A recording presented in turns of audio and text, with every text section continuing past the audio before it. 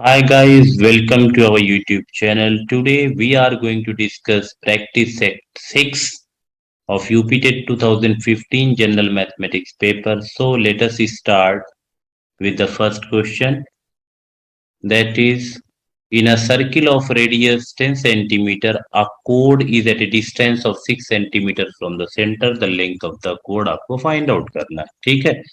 तो बेसिकली इस तरीके के क्वेश्चन में आपका क्या है, सर्किल दी, जैसे सर्किल दिया हुआ है, ठीक।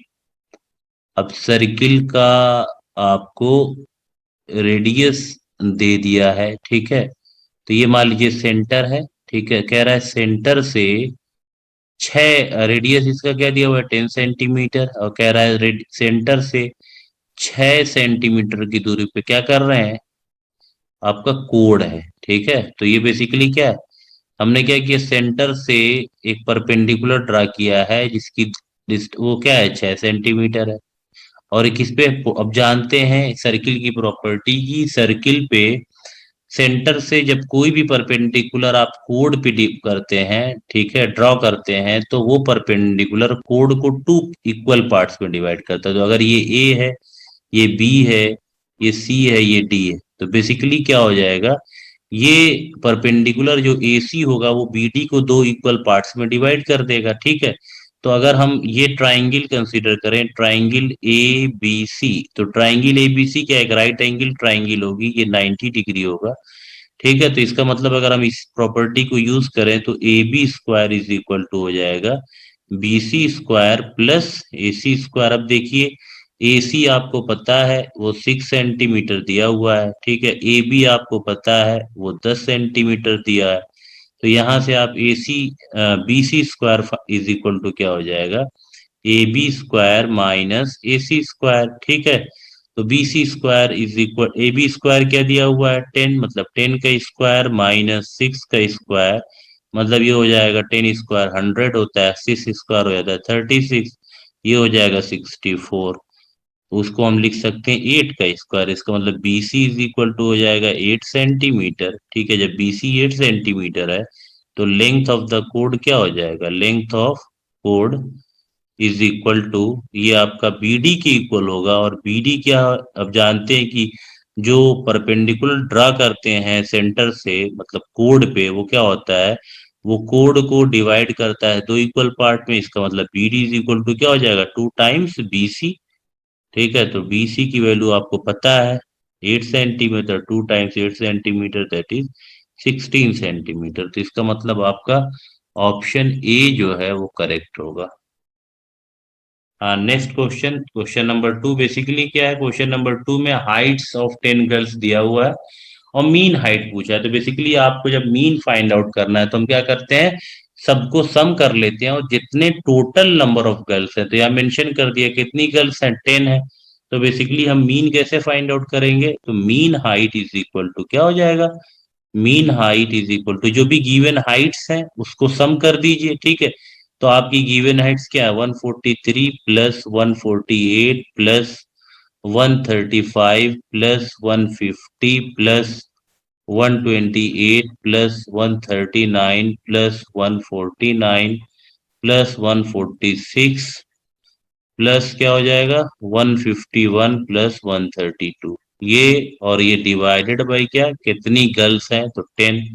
ये अगर आप जोड़ेंगे तो ये क्या हो जाएगा 1421, और डिवाइडेड बाई क्या है, ये आपका 10। तो ये बेसिकली हो जाएगा 142.1 सेंट, क्योंकि ये सेंटीमीटर में दिया है तो ये सेंटीमीटर हो जाएगा।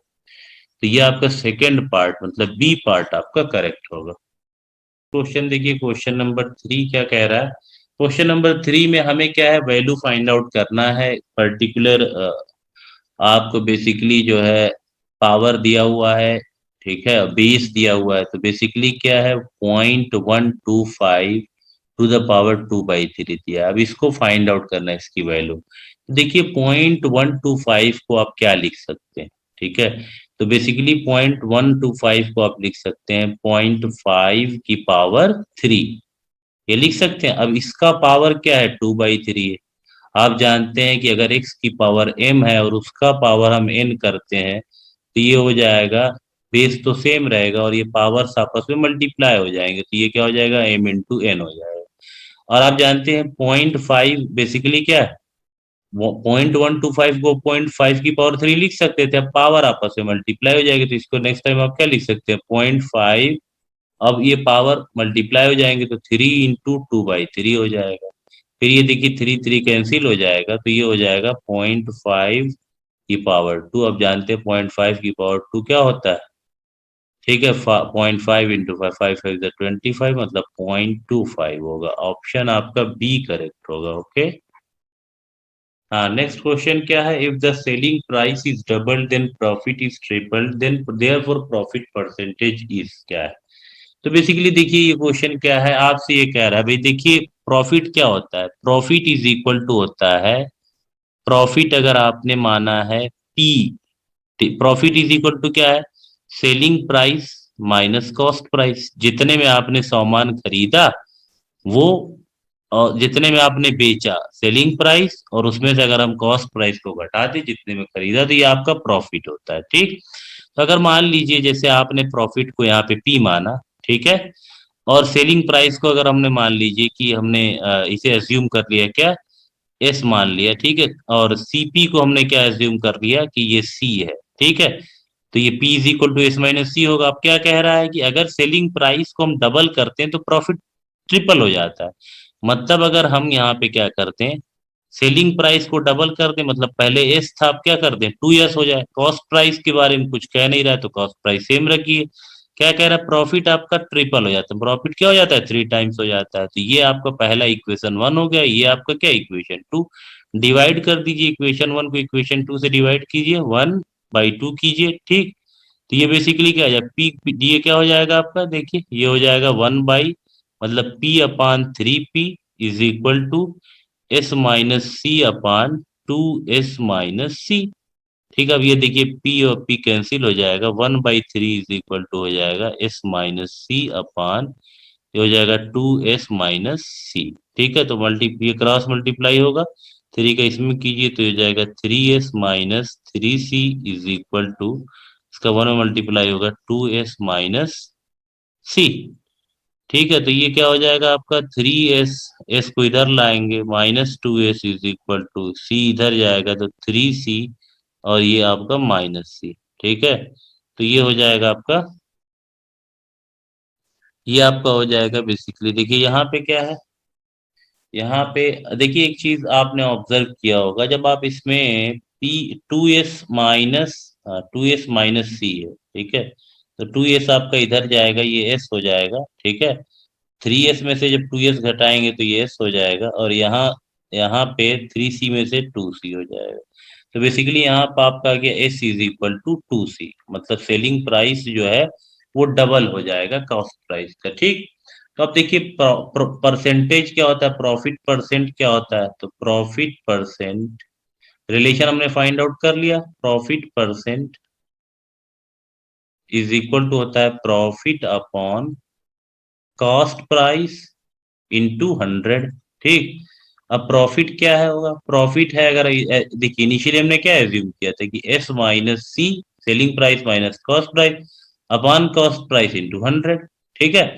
अब एस की जगह पे क्या है, S is equal to relation क्या है 2C, उसको पुट कर दीजिए, तो 2C-C अपॉन C इंटू 100, इतना परसेंटेज होगा। तो 2C-C क्या हो जाएगा, C/C इंटू 100। अब देखिए C कैंसिल हो जाएगा, ये क्या हो जाएगा 100% आ जाएगा। ठीक। तो ये आपका बी पार्ट आपका करेक्ट हो जाएगा। देखिए next question, that is question number 5।